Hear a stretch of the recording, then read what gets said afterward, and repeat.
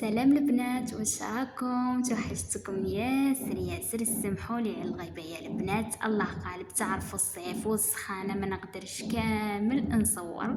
اليوم قلت والله نطلع على خياتي بهذا الفيديو، يعني القصير، يعني خفيف ظريف. جبت لكم اجنحه الدجاج المحمرين في الكيكوطه، يعني بلا ما تقلي بلا فرن بلا والو، بالكيكوطه فقط. في الباسينه تاعي درت طماطيش مصبره، ربيت ثاني سنينه تاع الثوم، درت شويه تاع كمون، شويه نتاع فلفل اسود، ملح، توابل يعني اللي متوفره عندك تقدري ديريها. البنات هنا ضفت ملعقه تاع خل، كما تعرفوا الخل يا البنات راح يخلي لكم اللحم تاعكم يطيب بزبده. وضفت المكون السري ملعقه صغيره نتاع العسل. العسل يا البنات راح يخلي لكم اللحم تاعكم يعطي له هذاك اللون، يعني داك الزين، ويجيكم ثاني معسل، يعني كيما يعني الدجاج المحمر اللي راه يتباع برا. شفتوا هذيك الطبقه الفوقانيه هذيك المعسله راح يجيكم ثاني كيما ذيك. يعني ديروا ملعقه صغيره نتاع العسل.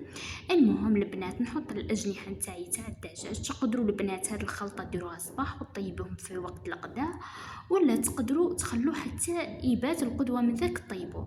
يعني كل ما خليناه وتشرب هذيك الدرسه كل ما جات بنته تهبل. درت في الكيكوطه تاعي الزيت، لازم نخلوه يسخن زين في زين يا البنات هكذاك باش الاجنحه تاعنا تتحمرنا زين. ولازم في هذه الخطوه يا البنات تحمروا الاجنحه تاعكم، لان من بعد مش راح نزيدوا نحمروهم، لازم تحمروهم زين في زين. المهم البنات تبقاو تقلبوا فيهم حتى ياخذوا هذاك اللون الاحمر. كما قلت لكم البنات التوابل اللي متوفره عندكم تقدروا ديروا توابل الشاورما وشويه تاع الكركم، لكم الاختيار. المهم البنات نبقى نقلب فيه بهذا الشكل كما قلت لكم حتى يولي احمر. صدقوني يا البنات والله البنه خرافيه، لازم كامل تجربوهم. والاجنحه يا البنات راهم مش قليلين. شوفوا البنات انا عطيته هذا اللون تحميره جا ما شاء الله. انا سمحوا لي طفالي الفلاش تاع التليفون ما عرفتش كامل واش بيه. المهم البنات قلت لكم حمرتهم ومن بعد ضفت لهم شويه تاع الماء يا البنات، ما تكثروش، واصلا الاجنحه كيما نعرفوا انه ما يدوش كامل الوقت. وزاد رانا ثاني قليناهم مليح مليح، يعني تقدروا ديروا حتى فنجان الى كاس تاع اتاي فقط تاع الماء، لازم يكون سخون.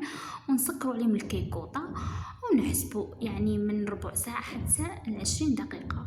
وهذا هو الشكل النهائي. انا كنت درت مع يعني مع البطاطا. صدقوني يا البنات والله طاب زبده يا البنات، جاء ما شاء الله. لازم كامل تجربوا هذه الوصفه، وكالعاده تبعثوا لي تطبيقاتكم. ان شاء الله يكون عجبكم هذا الفيديو القصير، وما تبخلوش عليا بجام وتعليق واشتراك اللي راهي مازال مش مشتركه في القناه، مولك حبيبتي اشتركي. سلام عليكم.